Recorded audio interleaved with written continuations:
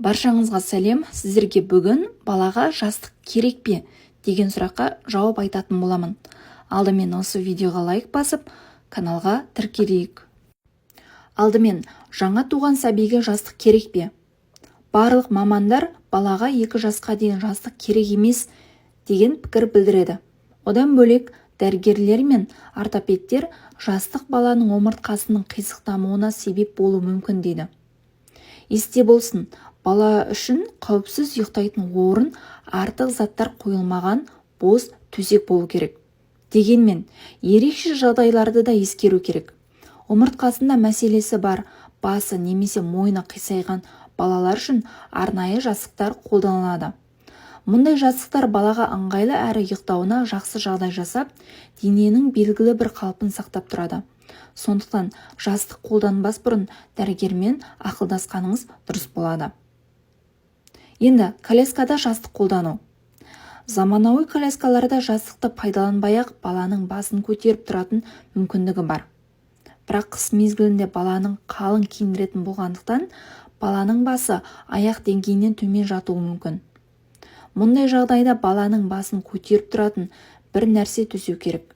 Себебі бала басы төмен қалып қалса, тыныс алуы мен қан айналымы нашарлап, мойны қисаюы мүмкін. Енді жастықты қай жастан бастап қолдану керек? 2 жастан бастап қолдана беруге болады. Дегенмен, мамандардың ұсынысы бойынша бала өзі жастық сұрамайынша берудің қажеті жоқ дейді. Негізінен 2 жастан бастаған дұрыс. Енді балалар жастығына қойылатын талаптар қандай болу керек? Біріншіден, жарақаттайтын бөлшектердің болмауы, яғни сыдырма, ілгек, түйме секілді заттардың болмауы керек. Гипоаллергенді болуы, латекс және силикон материалдар, яғни балада аллергия туғызбайды. Баланың тұншығып қалмауы үшін ауа өткізетін материалдан жасалынуы керек. Тығыздығы және серпімділігі. Жастықты саусақпен басқан кезде жиналып, содан кейін оңай қайта орнына келуі керек. Баланың жасына сай жастық өлшемі көлемін таңдау керек. Егер бала 1 жасқа дейін болса, ортопедический жастықтарды қолданған дұрыс. Ал 1 жастан 2 жасқа дейін жастық қолданбаған дұрыс. Жастықты 2 жастан бастап қолдана бастаған жөн деп санаймын. Енді сіздің балаңыз қанша айлық немесе қанша жаста? Төменге пікір қалдырып кетіңіз. Ал сіз осы балаңызға жастық қоясыз ба? Мен айтқан ортопедический жастықтың қандай екенін біліп тұрсыз ба? Мен бұл туралы алдағы видеоларда айтқан болатынмын. Соны толық қарап көріп шықсаңыз болады. Себебі кривошия, яғни мойын қисаю кезінде ортопедиялық жастықтың өте үлкен маңызы зор. Яғни мойын қисайғанына қатты көмектесетін болып табылады. Ортопедический жастықтардың да зияны мен пайдасы бар. Оны да бөліп қарастырып кеткен болатынмын.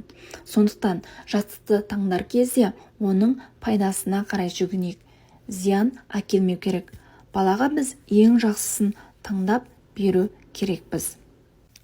Сыртқа шыққанда сіз коляскаларда жастық қолданасыз ба? Мысалы, мен коляскаға арналған кішкентай жастықты алып қолданып жүремін. Себебі бала дұрыс жан-жақты көріп, қан айналымы дұрыс болу үшін артына жастық тіреп қоямын. Ал төсекке жатқанда жастықсыз бірдей тепе-теңдікте жатады. Ал сіздің балаңыздың төсегі қалай орналасқан? Жастыққа жата ма? Және балаларыңыздың жасын жаза кетіңіздер. Мен сіздердің әрбіріңіздің пікірлеріңізді оқимын. Және сұрақтарыңыз болса, осы видеоның астына қалдырып кетіңіздер. Сұраққа жауап ретінде видео шығатын болады. Қыздар, алдағы уақытта көптеген пайдалы видеолар болады. Бала жайында толық видеолар бала дамуы туралы плейлистте барлығын қосып қойған болатынмын. Соны қарап шықсаңыздар болады. Сіздермен доктор Нұрулла Айзада.